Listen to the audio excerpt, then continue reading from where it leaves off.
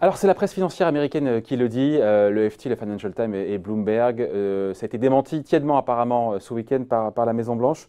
Donald Trump qui pourrait bien, encore une fois, tout ça est à mettre au conditionnel, sortir de la cote de Wall Street, sortir de Wall Street les boîtes chinoises qui y sont cotées. Là pour le coup, on se dit que ça a de quoi faire trembler les marchés. Bonjour Philippe. Bonjour. Philippe Béchade, rédacteur en chef de la Bourse au quotidien.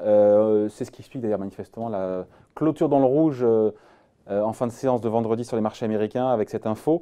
Ça a été démenti, mais j'ai vu le démenti, enfin il y a les Échos qui relataient ça, démenti en disant oui, c'est pas dans les projets de l'administration Trump.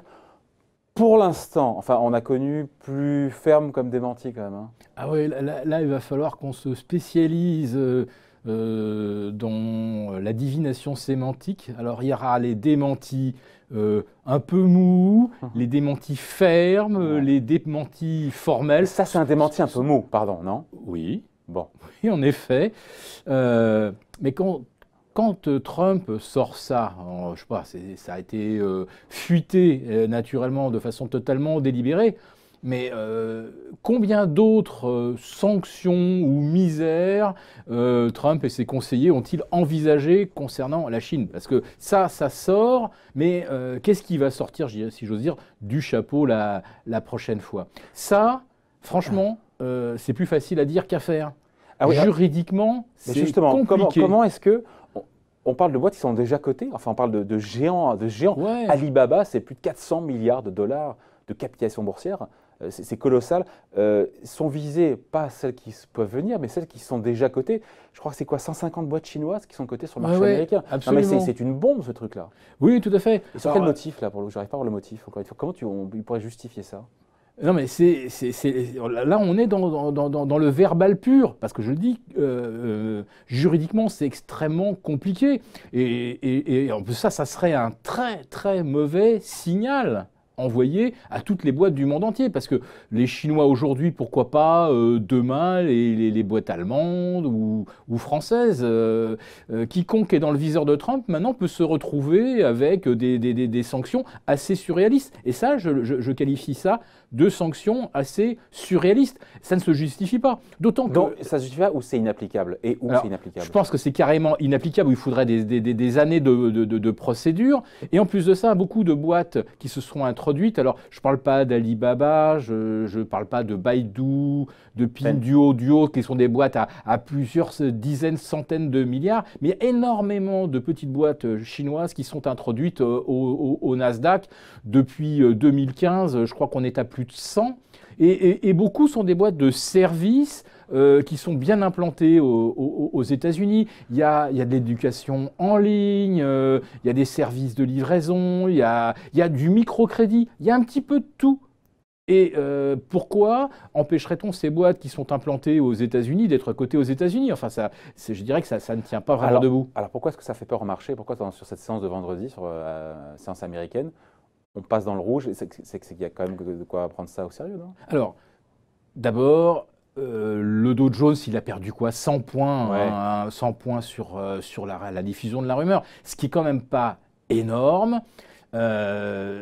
C'est pas une réaction de type on porte la taxation à 100%, hein, comme la rumeur circule aussi parfois, que les États-Unis pourraient porter à 100% la taxation sur certains produits chinois. Là, ça ferait vraiment décaler Wall Street. Là, c'était juste l'annonce. On dit tiens, Trump sort encore un truc de son chapeau. Et c'est pour ça que ça n'a pas tant bougé que ça. C'est qu'on se dit c'est probablement inapplicable. Ouais. Voilà. Parce que là, c'est l'arme nucléaire, ce truc-là, quand même, non? Oui, et au-delà de ça, ça veut dire que si on va au bout, bien sûr. Si on va au bout, bien sûr. Que la guerre commerciale se déplace sur les marchés financiers. Et là, ça, c'est nouveau pour le coup. Parce que les marchés, on vit au gré depuis 18 mois de cette guerre commerciale, mais il n'y avait pas eu de sanctions, après en parler, au travers des marchés financiers. Mais on n'a jamais vu, nulle part dans le monde, une entreprise sanctionnée d'être exclue de la cote, nulle part au motif qu'il y avait une bisbille commerciale. C'est complètement insensé. C'est ça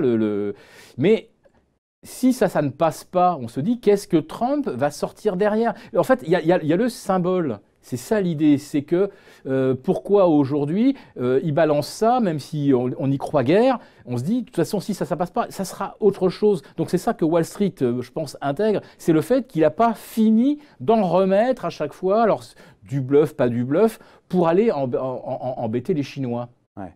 Donc on se dit, parce qu'on a cru comprendre, entendre et croire au travers de quelques aménagements, qu'il y avait les tensions qui étaient redescendues d'un cran avec des marques de bonne volonté des deux côtés. Et là on se dit, ça sort maintenant. Est-ce que c'est toujours de la tactique trumpienne qui consiste à de nouveau, parce qu'on sait qu'il y a des négociations commerciales qui vont reprendre, je crois, la semaine prochaine. Ouais, après la Golden Week, les célébrations des 70 ans de la République populaire de Chine, ça reprend donc, mais il y aura le discours de Xi Jinping.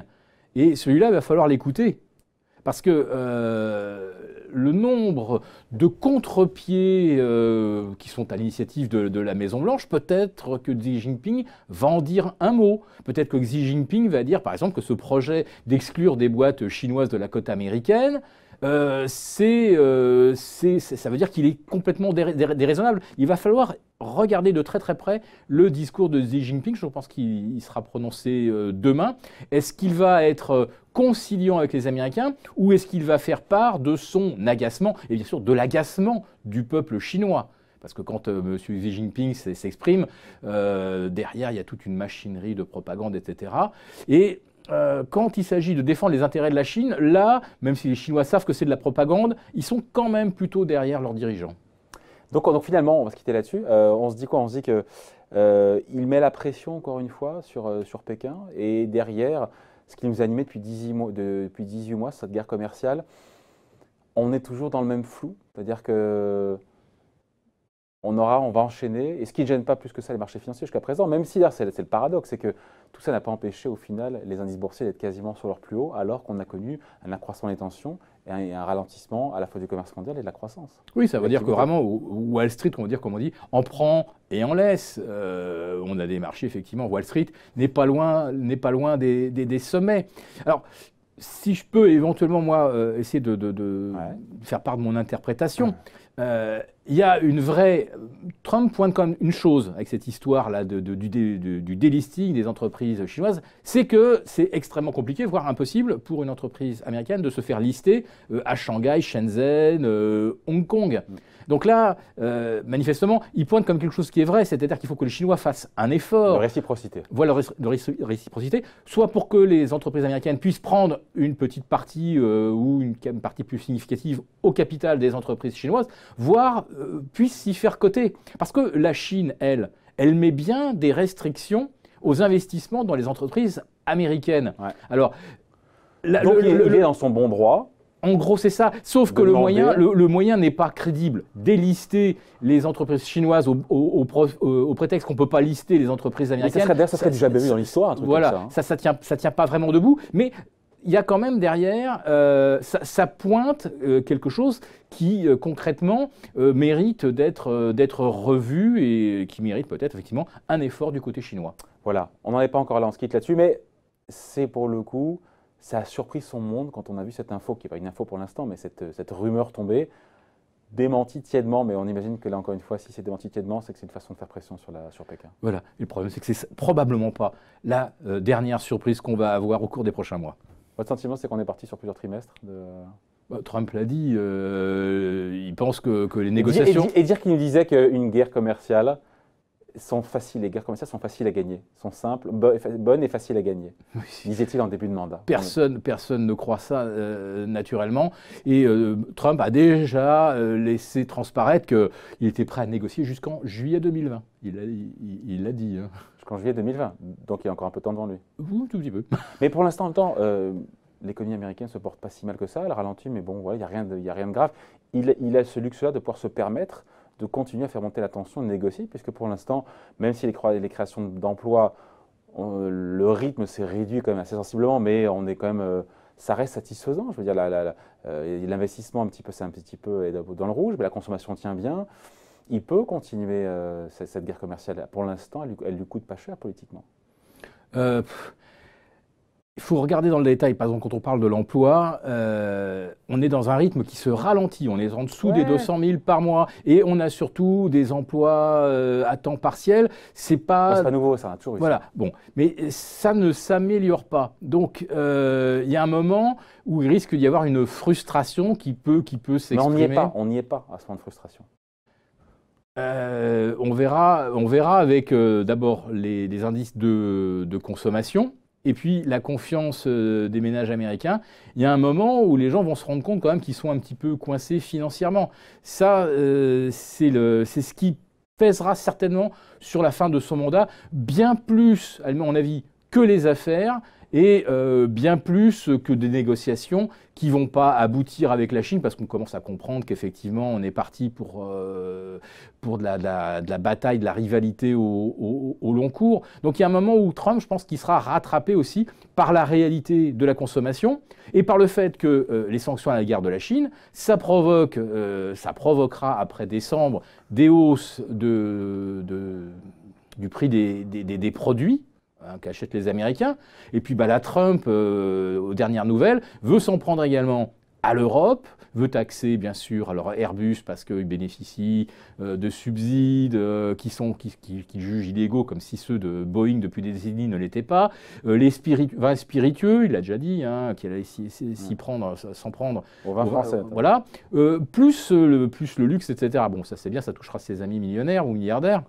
Ce que je veux dire par là, c'est que Trump, avec son espèce d'agressivité tous azimuts, il va quand même finir par provoquer une baisse du pouvoir d'achat de ses propres concitoyens, et à un moment où on sait que la hausse des salaires est très inégalitaire. Globalement, ça a l'air bien. On est à un rythme de 3% annuel, mais globalement, la répartition est toujours extrêmement inégalitaire.